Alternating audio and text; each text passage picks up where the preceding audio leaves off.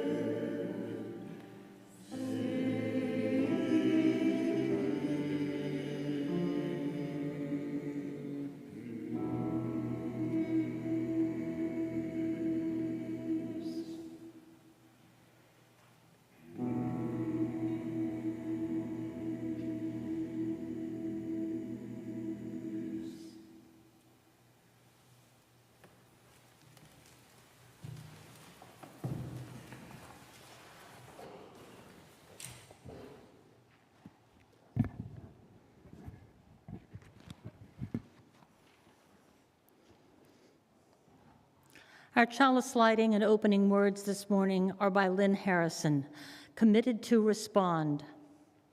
Committed to respond to the call of a wounded world, we join together this day with loving hearts, hands, and minds, embracing the interconnected web of water, air, and earth. We light a fire of sustaining hope, ever bright with love and justice. May we bring forth this day new wisdom, strength, and courage to create a new world, not of wealth, but well-being, a world of new peace and abundance for all. As we give thanks for this earth, our shared and singular home, may we dedicate ourselves to its ongoing care, rising to the calls deep within us and all around us. May we respond today and always with courage and with love. Please rise in body and spirit as you are able and join us in singing hymn number 21, For the Beauty of the Earth, the great hymnal.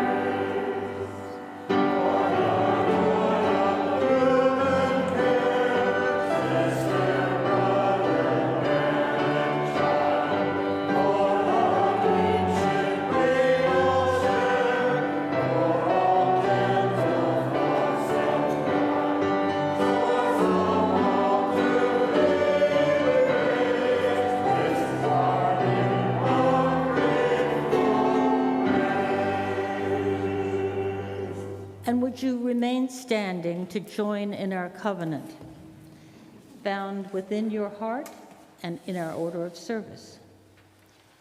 Love is the teaching of the church. The quest of truth is its daily task, and service is its prayer.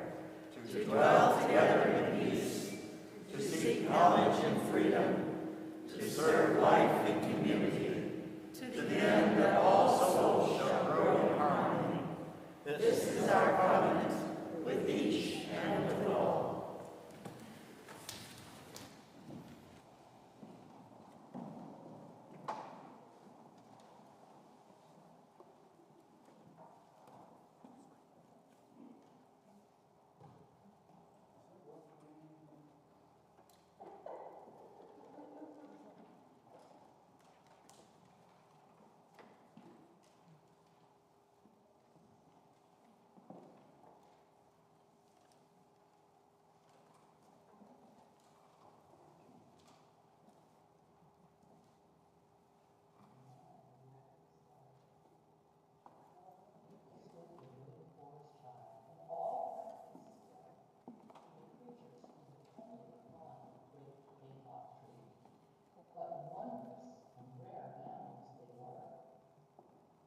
The man looked about and saw the sun streaming through the plain. Spots of bright light glowed like jewels amidst the dark green forest. Strange and beautiful plants seemed to dangle in the air, suspended from the great peacock tree. The man smelled the fragrant perfume of their flowers. He felt a steamy mist rising from the forest floor. But he heard no sound, for the creatures were strangely silent. The man stood and picked up his axe. He swung back his arm as though to strike the tree. Suddenly he stopped. He turned and he looked at the animals and the child. He hesitated. Then he dropped the axe and walked out of the rainforest.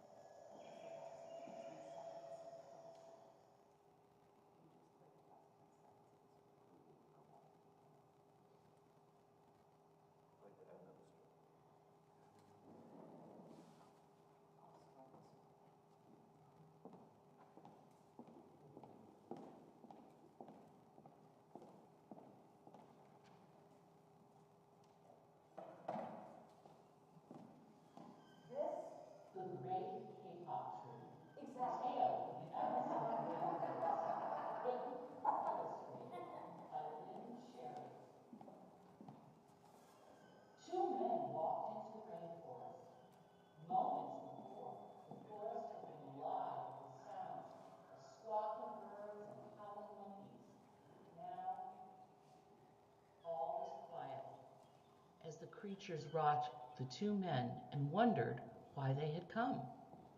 The larger man stopped and pointed at the great kapok tree. Then he left. The smaller man took the axe he carried and struck the trunk of the tree. Whack, whack, whack. The sounds of the blows rang through the forest. The wood of the tree was very hard. Chop, chop, chop. The man wiped off the sweat that ran down his face and neck. Whack, chop, whack, chop. Soon the man grew tired. He sat down to rest at the foot of the great kapok tree, and before he knew it, the heat and hum of the forest had lulled him to sleep.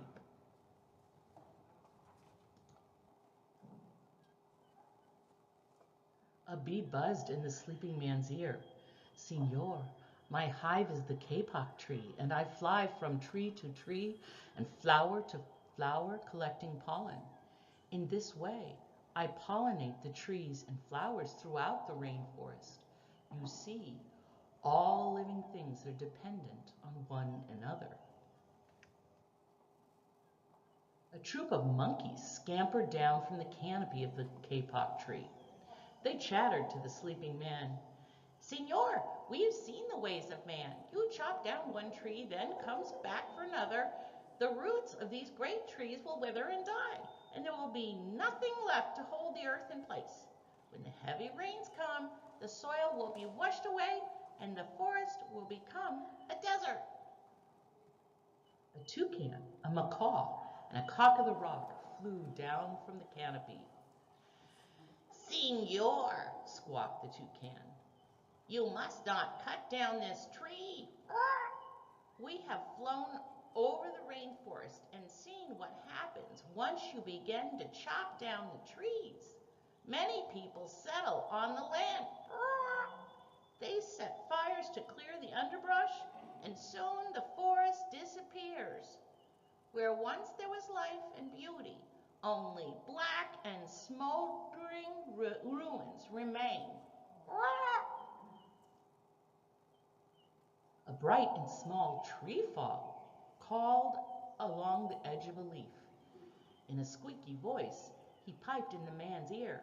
Signor, a ruined rainforest means ruined lives, many ruined lives.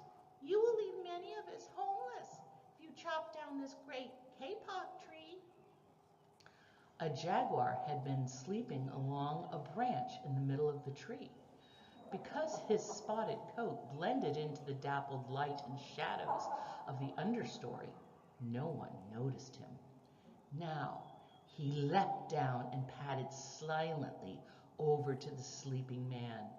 He growled in his ear, Signor, the kapok tree is home to many birds and animals. If you cut it down, where will I find my dinner? A three-toed sloth had begun climbing down from the canopy when the man first appeared. Only now did she reach the ground. Plodding ever so slowly over to the sleeping man, she spoke in her deep and lazy voice. Signor, how much is beauty worth?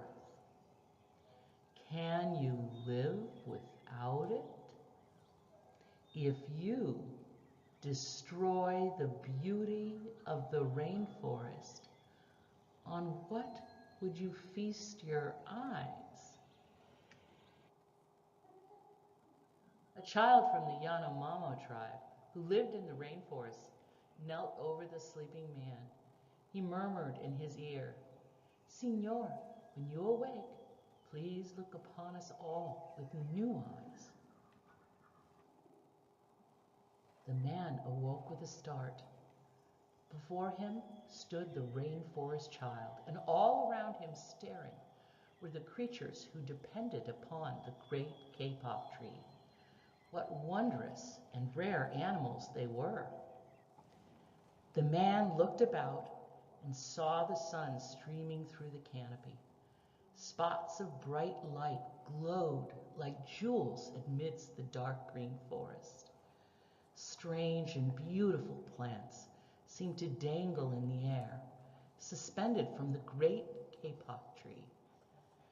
The man smelled the fragrant perfume of their flowers. He felt the steamy mist rising from the forest floor, but he heard no sounds, for the creatures were strangely silent. The man stood and picked up his axe. He swung back his arm as though to strike the tree. Suddenly, he stopped. He turned and he looked at the animals and the child. He hesitated. Then he dropped the axe and walked out of the rainforest.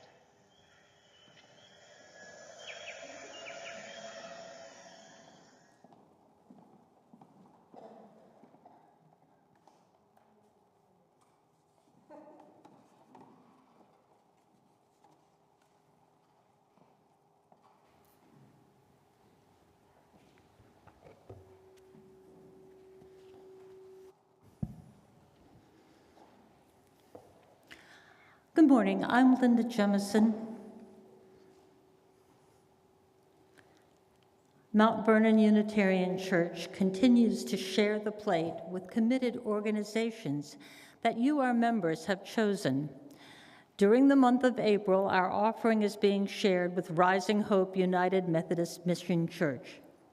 Rising Hope's special mission is to serve those experiencing homelessness and housing insecurity.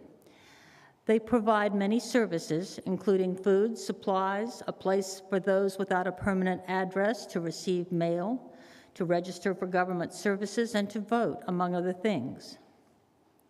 I am proud to belong to a community that invites spiritual and material generosity from our members and friends. Now, here in the directions, it says I should tell you why I give to this church.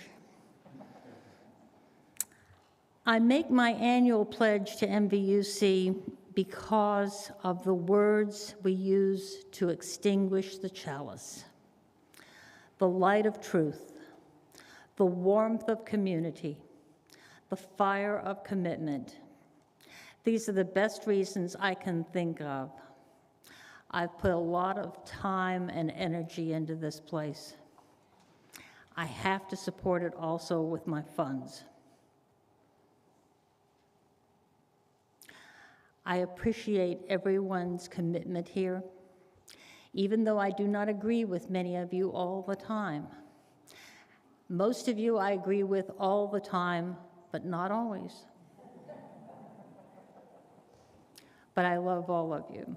So what better reason to contribute to your community that you care for? I invite this gathered community to offer whatever you are most comfortable with in spirit and financial generosity for the mission of our church community. If you would like to write and mail a check for the offering, please make it to MVUC, and in the memo line, indicate how you would like it to be used. For those of you viewing online, you can follow the link in the chat box to make a one-time or recurring payment. We are so grateful for your donation.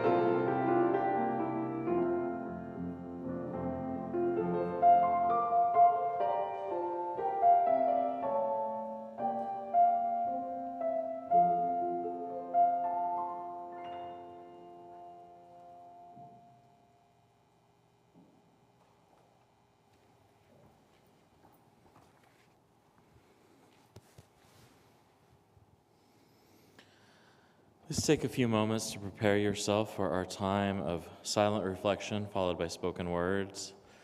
So get a few wiggles out, get comfortable where you're seated. We'll begin with a time of silence followed by our spoken reflection. Join me in the silence now.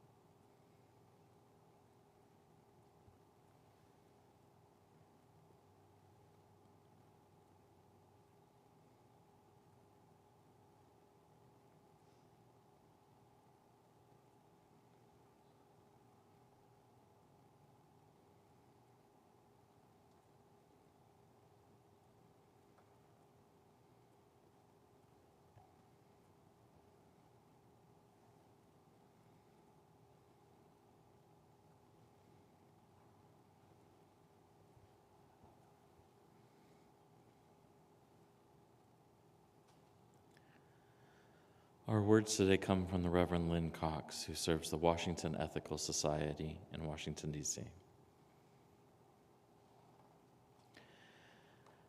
This is called Bring Us Close to the Earth. Spirit of life, ground of our being, root of unified mystery, growing into myriad branches of expression, bring us together now. Bring us close to the earth, ear to the whispering grass, quietly, attentively, waiting with slow breaths, listening for the very stones to cry out with their rocky stories of tectonic plates meeting and parting and meeting. Their mineral memories of Hadean days, molten rocks flowing and joining, the ancient legends of stars born out of the collapse of other stars. Help us to remember. Help us to piece together our oneness with matter, our oneness that matters. With one more deep breath, may we rise, star stuff walking and rolling across the surface of an impossible blue-green planet. May we join to heal what is divided. May we find wholeness within, without, among, between. Eternal source, seed of the universe, help us to grow peace. So be it. Blessed be. Amen. I invite you to remain seated as we sing together once again. Number 15, The Lone Wild Bird. Amen.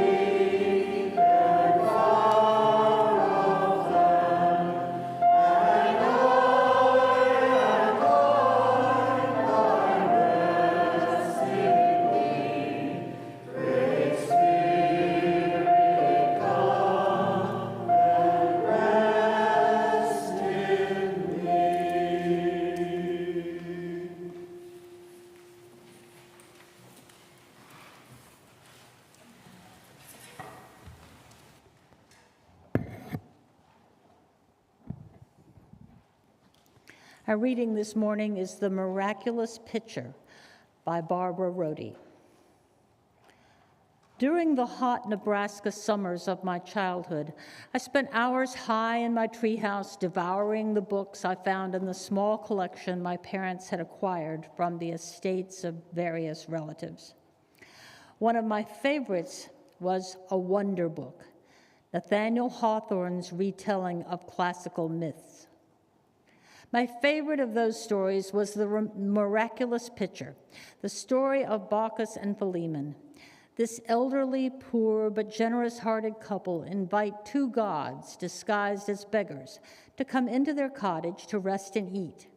The gods keep asking that their bowls be replenished, and the old couple becomes sad and embarrassed because they know the pitcher is empty. But the gods show them otherwise. No matter how often they pour from the pitcher, it is always full.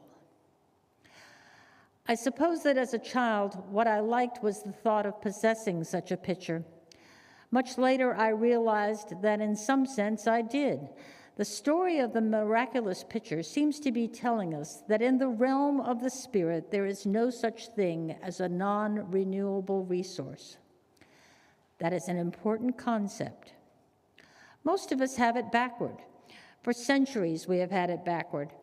We have believed that material resources are infinite, but the resources of the Spirit need to be hoarded with care. We act as if the supply of oil can go on forever, but that there are limits to the amount of love we can give away. How often I have found myself closing off from people in need because I was afraid of being spiritually drained, only to find myself in the driest of deserts. We have arrived at a time in our history when we are beginning to realize that this planet is our only home. We can no longer make a mess of the place where we are and then move on. A species can come to an end. Resources can be used up. All growth is not a sign of health. But I suspect we doubt more than ever the truth in the story of the miraculous pitcher, or the loaves and the fishes. We find it hard to believe that we will find the spiritual nourishment to meet the needs of this chaotic age. The wisdom of the centuries and our own experience tell us otherwise. If we do not let our fears have dominion, we may discover that in the midst of pain, we find inner strength. In the midst of bewilderment, we find inner clarity. In the midst of nourishing another, we find ourselves nourished.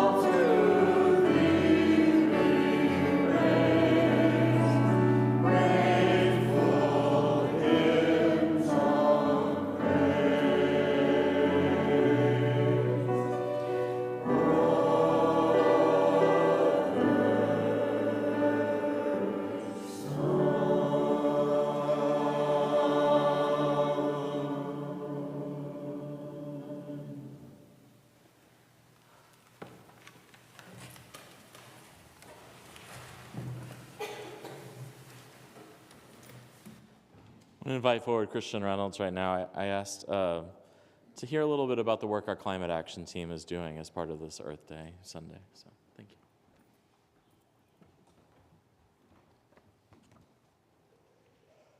Good morning. Good morning. My name is Christian Reynolds, and I've been asked to speak at this Earth Day service on this beautiful morning on behalf of the Climate Action Team. But this talk will be a little more personal, perhaps, than what the Climate Action Team is doing. I'm not a lifelong Unitarian Universalist. My father is a retired Presbyterian USA minister, but for most of my growing up years, he was a director of an ecumenical agency with the mission to assimilate the immigrant Latinos of Lawrence, Massachusetts, into the community at large. He was, and at age 91, still is an activist for social justice and peace. So while our family was involved in our local church, I did not have the typical life of a preacher's kid. I drifted away from the church when I went to college and returned when my children were small. I attended a church where I liked the people very much and felt a sense of belonging, but the services never really spoke to me. I was doing what was expected, not following my beliefs, so I again drifted away. What little I knew about Unitarian Universalism interested me for years. I wanted to be part of a church community, one that didn't require me to believe a dogma that I really wasn't sure about. I hesitated visiting, though, because honestly, I was more uncomfortable walking into a church where I had no connection than I am speaking in front of you today. I know that's strange, but it's true. However, I was deeply concerned about climate change. I wanted to do something meaningful about it, and I knew I wanted to do it within an organized entity. Then I heard about MVUC's CAT. That brought me here, and I liked what I heard. I quickly became involved with CAT, which gave me the work that I wanted to do, as well as a place within the church. CAT was extremely impressive. I was in awe of what the team was doing. 3 episodes in particular were particularly impactful to me. The first was the Pachamama presentation of the Drawdown Project. Wow. It gave people clarity on the problem, a framework for the solutions, and the information for many of us to move forward with confidence on solutions that were impactful. No more feeling lost, disjointed, pulled in too many ways with no sense of whether any of it mattered. The second was at a CAT church service when Mark Marquardt spoke about plant-rich diets. The Drawdown Project found that moving to plant-rich diets is the 4th most impactful solution to climate change, and it's something that individuals can do. Although I had been moving in that direction, I felt guilty because I didn't know if I could or wanted to become vegetarian. Mark told us that while Rebecca was a longtime vegetarian, he is an at-home vegetarian. He eats meat when they go out. I can't tell you how freeing that was to me to hear that. And I have adopted a diet that I now know is called flexitarian, where I mainly eat plants, but I occasionally eat meat. And the third moment was attending a discussion of a TED Talk. We have another one coming up this week. Economist Kate Raworth spoke about finding the sweet spot of a donut economy, not a growth economy. Picture a donut. Circle. We want the economy to be within the donut. In the hole of the donut, People do not get their basic needs met. Food, housing, safety, health care, a political voice. Outside of the donut is where we are exceeding our planetary boundaries.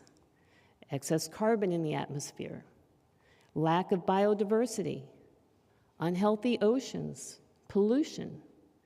When we are in the donut, both the health of the planet and the needs of the people are met. It made sense. I recommend her TED Talk and her book called Donut Economics. These are just 3 examples of Kat, but there were many, many more. Kat has been extremely busy, including during the pandemic. Well, where is Kat now?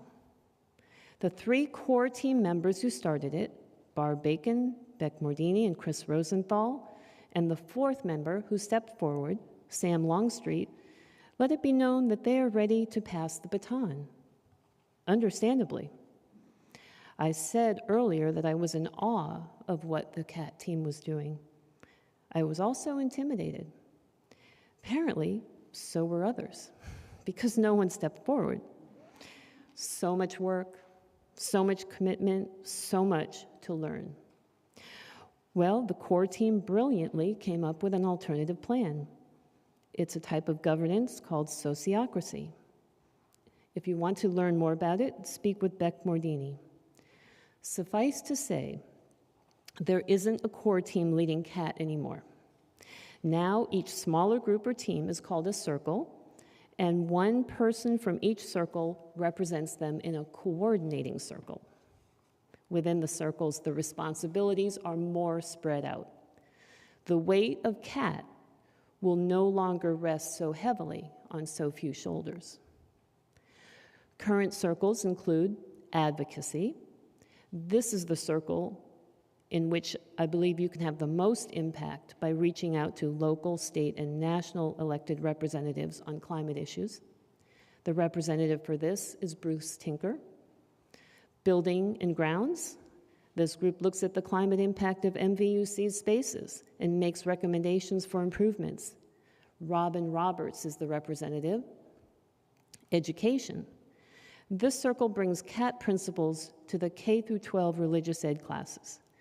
Jill Russo Downey is the representative. Plant-rich diet. This group educates others, both within and outside the church, about the climate benefits of eating more plants and less meat. Linda Burke is the representative. And zero waste. I'm the representative for this group. We give people ideas on how to reduce their waste. We're also looking into larger entities like the county waste management. There's a lot more to these circles than what you've just heard. Please speak with any of the representatives if you want information or if you would like to join a circle, and new circles can be formed too. Over the 3 years I've been part of CAT, I've significantly changed my eating habits. I put in a compost system in my backyard. I reduced the plastic in my life. I'm educating myself about climate change and its solutions, and I brought what I know into my job. I've taken on more responsibilities with CAT. I fail sometimes to live a more green lifestyle, but I succeed more often. My actions aren't going to make much of a difference in this struggle to limit global warming. We aren't going to fix this problem. We aren't going to fix this problem. It's a global problem, and we need a global, collective action. I don't know how well humanity will do with it. It remains to be seen. But I do know this. I'm living my more authentic life. For that, I'm grateful to MVUC and the CAT. Thank you for listening.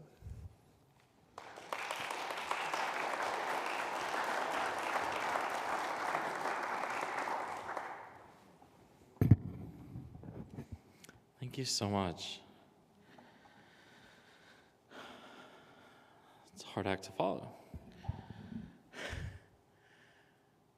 So I had a lot of different and somewhat disparate thoughts about Earth Day and about our climate, and so I hope this all works together. I was thinking particularly about why it's so hard to save the world, and you already lifted up that a little bit.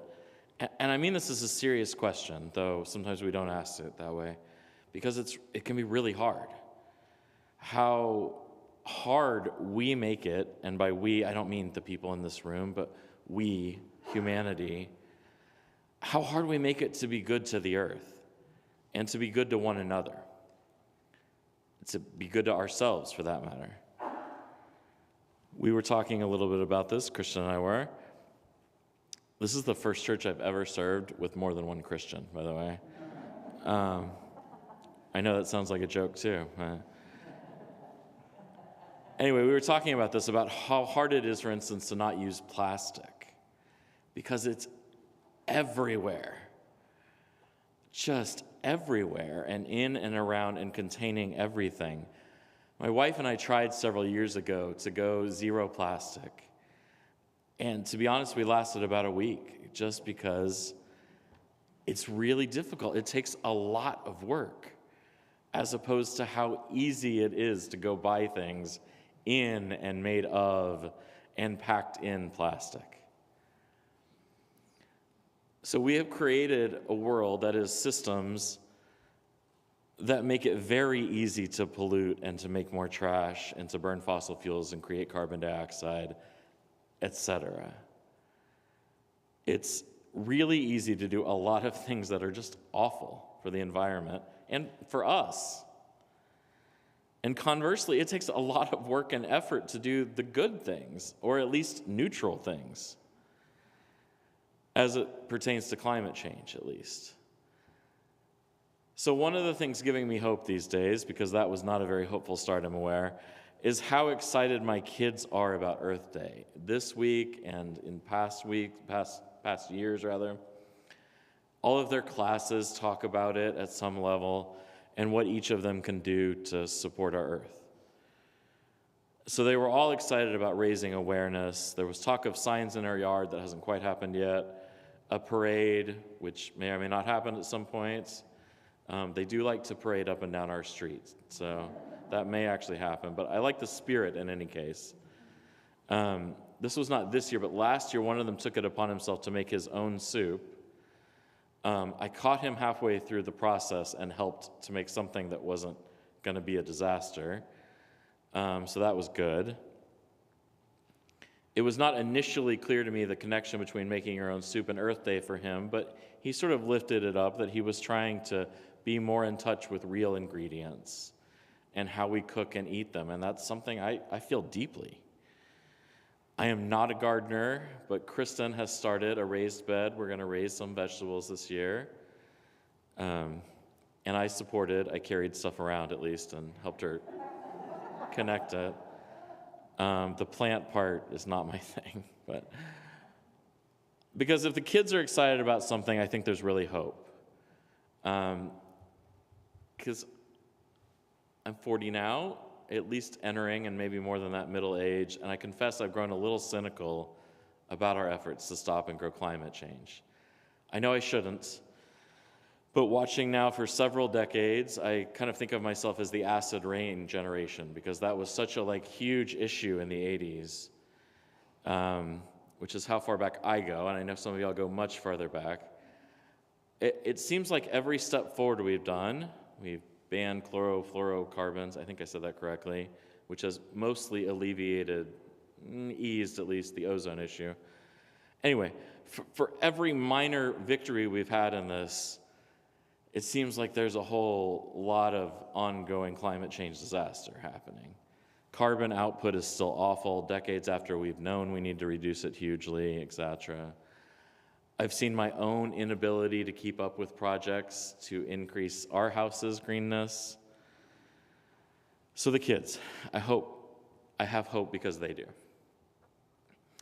I don't remember celebrating Earth Day growing up, though it's been in existence since 1970, and while we were serving in the Bay Area, my wife and I met people who had been a part of some of the very earliest Earth Day things and who had personally known John McConnell, who was one of the founders of the events. So it goes back a long way. I will not go into statistics and temperatures and realities about how dire the situation is. I imagine many of us know some of that already. I know you've heard about that.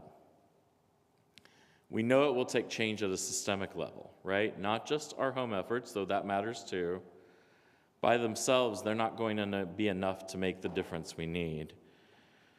And it's not a coincidence that we hear so much about recycling at home or turning the lights off, because these are very concrete things, they're very manageable, and they distract us from the corporations that are killing our planet, right?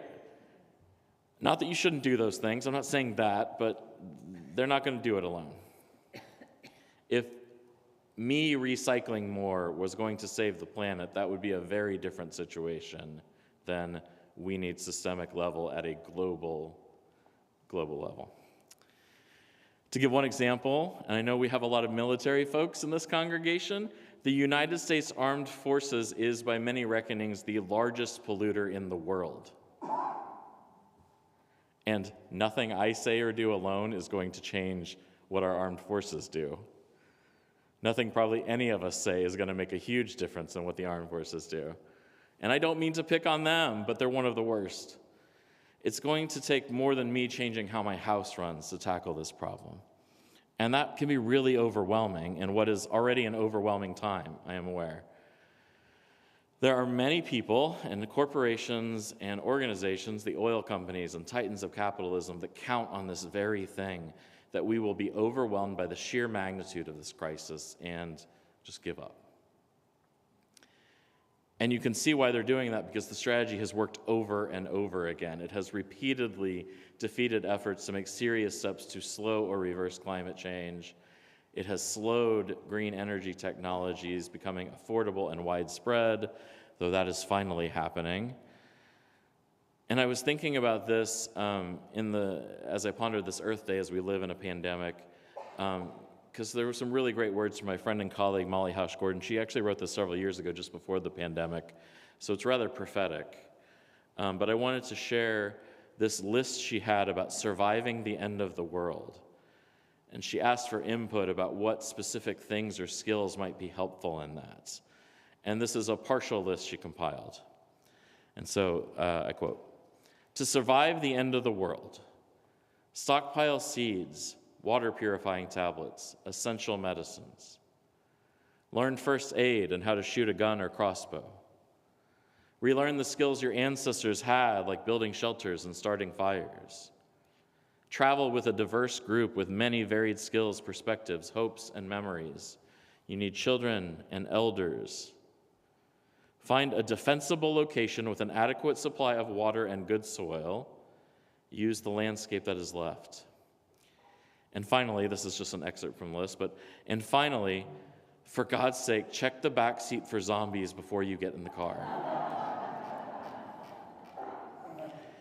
So these last now 3 Earth Days have been strange ones. The parades and gatherings and celebrations that I was once used to are gone, or very different at least. Earth Day feels different.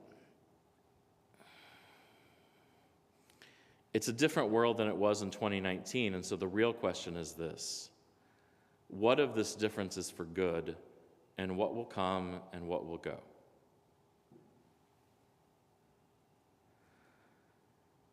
I don't have the answers to that. I think we're figuring that out as we go. But in the meantime, I want to honor some of the earth heroes among us, all of us who try to make a difference. And yes, those who recycle or cut their use of disposable products, those who have worked to make our church community here greener, those who have lobbied and worked with other communities and organizations to make change for the better at all the levels of community and government. The CAT team, certainly, and many others here and out in our world trying to make a greener world. So I close today with a story, one I've heard in many forms, but one of the versions goes like this. Once a man was walking along a beach. Off in the distance, he could see a woman going back and forth between the surf's edge and the beach. Back and forth she went, and as the man approached, he could see that there were hundreds of starfish stranded on the sand as the result of the natural action of the tide. He was struck by the apparent futility of this task. There were way too many starfish, Many of them were sure to perish before they could get back in the water. As he approached, the woman continued the task of picking up starfish one by one and throwing them into the surf. And as he came up, he said, "You must be crazy. There are thousands of miles of beach covered with these starfish. You can't possibly make a difference." She looked at him. She stooped down and picked up one more starfish and threw it back in the ocean. And she turned back and said, "It made a difference to that one." So I don't know everything we have to do to alleviate or mitigate climate change, though there are those who do know a lot more than me. I know that I can't do it all. But if these last 2+ years have shown me anything, it's that great transformation is possible, that different ways of living can work, and that we have tremendous power to make change in our world, for better or worse, and that we are all in this together, whether we like it or not.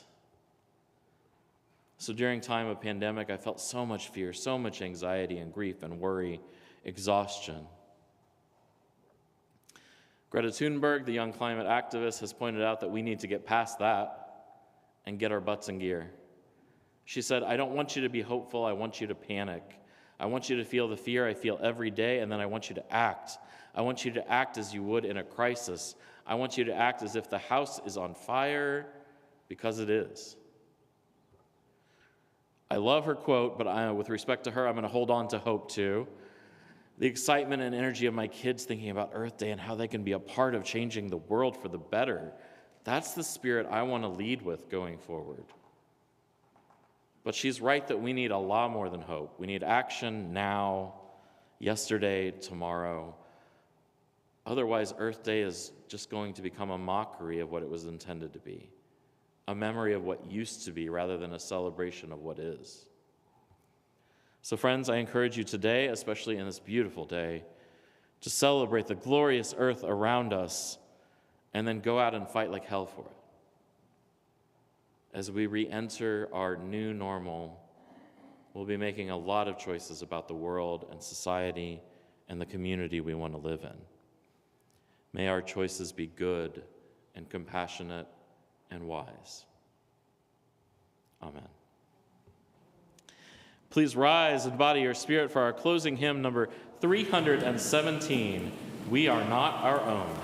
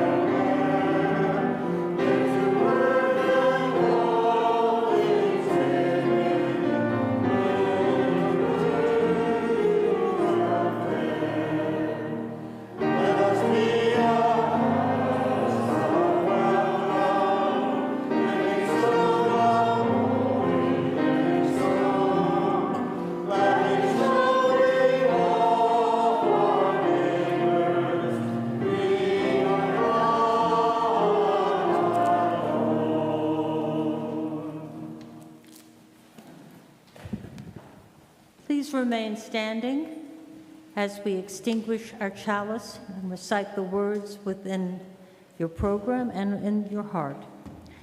We extinguish this flame, but not the light of truth, the warmth of community, or the fire of commitment. These we carry on our hearts until we are together again.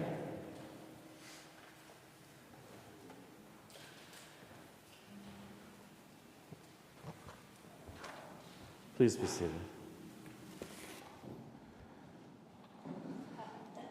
Our benediction today comes from the Reverend Denise Colley, who writes, "Love our earth. Take action to consume less, use less energy, respect water, and be cooperative, collaborative, and creative community, like the moss and the mushrooms. Our children's lives depend on us." So our worship has ended and our service begins. Please remain seated for the postlude.